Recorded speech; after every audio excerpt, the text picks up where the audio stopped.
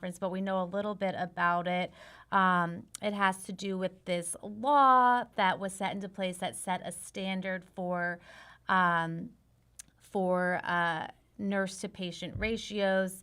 However, it appears that the two sides are interpreting this law differently. Providence is saying this law should this law should be the standard, not set the standard, whereas they're accusing Providence of using this law to have greater ratios, even if it means, according to the nurses, even if it means making those ratios wider than they were before. So this is a unique strike in that it's a little bit more complicated. It definitely has to do with staffing ratios, wages and benefits, but also there's a new law in place that the two sides both seem to not agree upon how it should be applied here. So for my story today, I'm going to be hearing from the nurses, and then I'm going to be hearing from Providence. But I'm also wondering if perhaps a legislator who is involved in this law can clear up some of the confusion.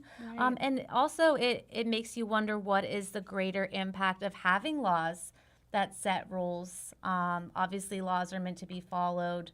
Are they being followed correctly? Is this particular law being followed correctly here? So that's really the heart of my story today. It kind of sounds like the language is very important with these laws so that they can both interpret it in the same way. That's kind of the important thing of what we're learning from this. Yeah. And then I'm also hearing that, so the law that was put in place was to be a minimum for staff, but then that doesn't mean we keep it at that, and it kind of turned into a standard. That's what Providence is saying. They're saying this Okay. law sets the minimum, but that shouldn't be the standard here. If we have exceeded this standard in place, then we should keep that for quality of care, and for nurses and patient safety.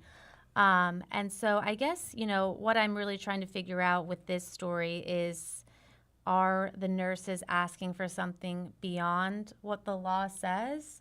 And is hospital management interpreting the law accurately? So that's what we don't Right. know. And there's so many other variables to this, because then there's this new thing. We had Joe English on your side, was there early this morning. We're talking 5 a.m. At Milwaukee was the hospital he was in front of, and he did talk to nurses, and he was getting some feedback on what they're expecting. But then it sounds like after tomorrow, you have the impact for the patient. So there's two things going on. There's these nurses trying to make their argument, and then we have the patients who may be in kind of an unfortunate situation tomorrow morning. So Providence did say their most recent statement about the impact to patients is that this won't affect patients. Especially, they want people to know that if you need to go to the emergency room, don't be afraid to go to Providence. Okay. Whether it's going to be the replacement nurses or whatever happens here, they will have enough staff to do that. Another thing that's interesting about this story is the nurses have authorized a 3-day strike.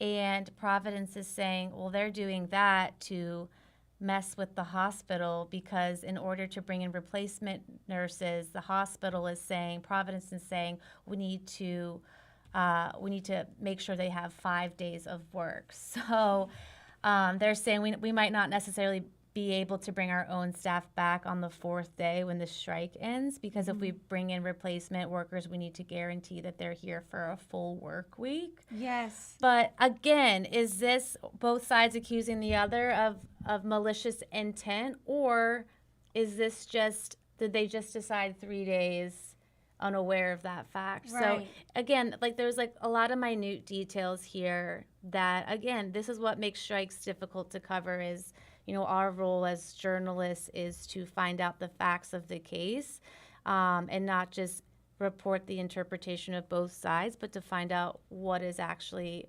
okay here and what isn't. Right. So- We don't want to make assumptions, but it is very confusing after this morning. We did get a quote from one of the nurses. In fact, I'll play that right here for you. Health care, and we need market competitive wages. Now, the whole point of this was, let me make that list loud for you, was that the nurses union, they were saying that that was being disrupted, right? They were saying that we aren't going to be able to get that replacement staff.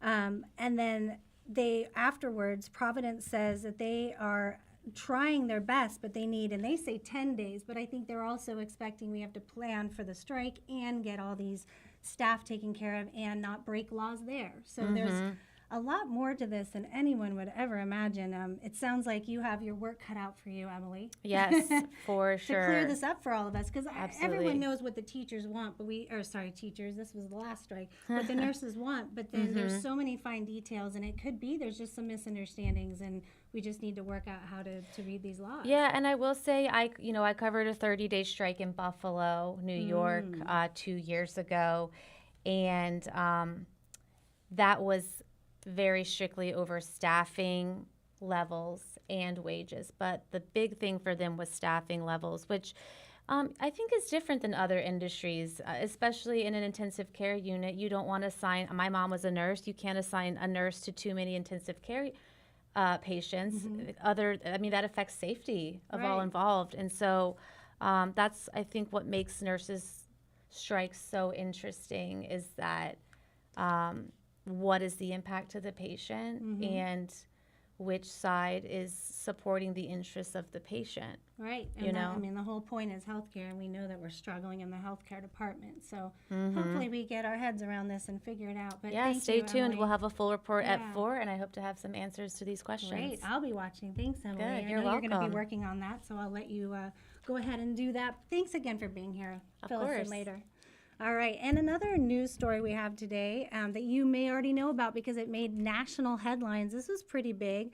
This was at Oaks Park over the weekend on Friday. You may have heard about this. Kind of scary. You wouldn't want to be on this ride.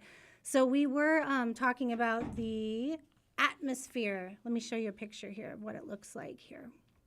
So the Atmosphere is a ride that's been around since 2021 at Oaks Park. And just before 3 p.m. on Friday afternoon, the ride got stuck and it left riders upside down hundreds of feet in the air. Luckily, emergency responders helped to get everyone off the ride in just about, 25 minutes. So they were hanging upside down for 25 minutes. Pretty crazy. Now, here's the interesting part. These firefighters who came to help them were trained on this ride specifically just a year before. Listen to this. Our crews were down here with our high angle group and trained and drilled specifically on this ride. So they were very well versed with a pre-plan of what actions to take. Not only that, we did talk to some of the riders to find out how they felt afterwards, and here was what they had to say. Position is just so uncomfortable physically too. 25 minutes, my entire waist below was asleep. He told me, he was like, you have to hold your legs back. It was so hard. I feel like I had to go talk to them because I thought I had a bladder infection or something. 'Cause it's in pain. It's kind of embarrassing, but I can't pee right now. I'm actually it hurts.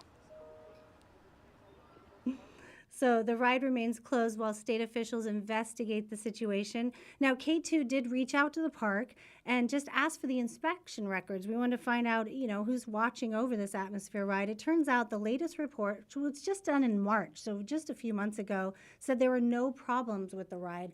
Obviously, they are going to be working further with that. They're actually talking to the manufacturers to try to find out what the problem is. And hopefully they will figure that out, and we'll be letting you know how that is and when it's safe to ride that ride. Now let's talk about weather. It is time to celebrate summer. Summer is coming up. It's going to be on Thursday, is the first day of summer. And we also have that strawberry moon next week. And tomorrow is the brightest moon of the year. So we've got a lot going on. I wanted to bring up a weather forecast for you, but for some reason it's not showing up. Let's see if I can grab that. Yeah. Oh, well, I can just tell you what the weather is going to be. So today it started out cloudy, if you haven't noticed, a little bit of those clouds, but we're going to burn those all off and have temperatures closer to 70 by the afternoon. Now, we're going to just keep warming things up throughout the week. So by the end of the week, we're going to be hitting 90. So great news there.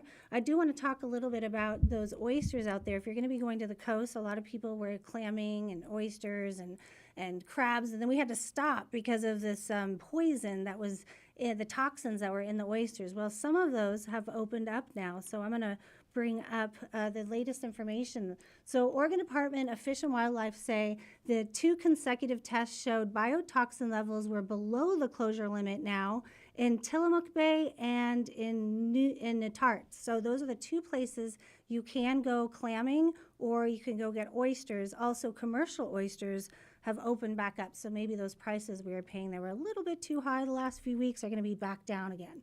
Now, officials say bay clam and mussel harvest remain closed all the way coastwide from basically from here all the way to California. So stay away from those, but at least some of those oysters and clams are safe to eat now. We'll be talking more about that, and we'll talk more about that nursing strike coming up later on this evening at 4, 5, and 6. And make sure you check in with us tomorrow morning. We'll have all the latest details as that strike unfolds. Have a great day and enjoy the sun, everyone. This has been a KATU News Digicast. KATU News is on your side.